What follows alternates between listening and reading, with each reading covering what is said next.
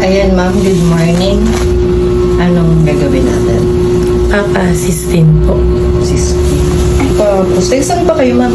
Dito lang din po, Alabang. Alabang. Okay. Kapit-bahay lang pala tayo, no? Alabang. Opo. Bakit sis naisip mo ma'am? Kasi po, parang ayok pa po muna magpa-reband. Tsaka sobrang bagsak kasi pag-reband compare sa 16. Bakit parang alam mo ma'am yung eksena ng sistine? Research lang po kasi every year rebanding. Parang sobrang bagsak. Diyan ako natutuwa sa mga binili yung mga matatalinong customer. Yung nagpapagawa sila ng isang services na aware sila kung ano yun. Sinesearch muna nila. Yes. Yung iba kasi sinasabi, maganda yan, yun. Diba? Hindi nila alam kung anong eksena sa buwan. Sige ma'am, go. Perfect yan kasi naka-beach ka. Okay po. Thank you.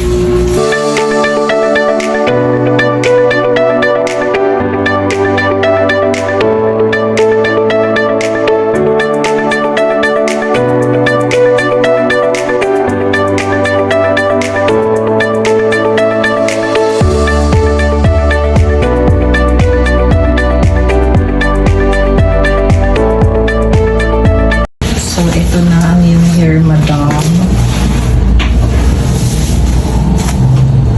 Yan, tinirim ko na rin kasi yung dulo kailangan.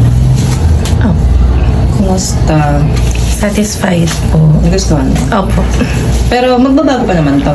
Opo. Kasi alam mo naman yung 16 hair treatment Yes, po. lang yun. Pero laki ng difference ng buhok mo compare sa dati.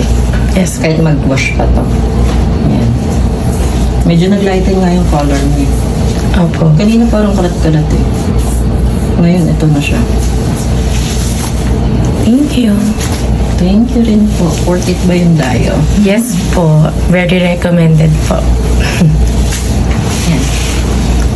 Thank you po. Thank you po.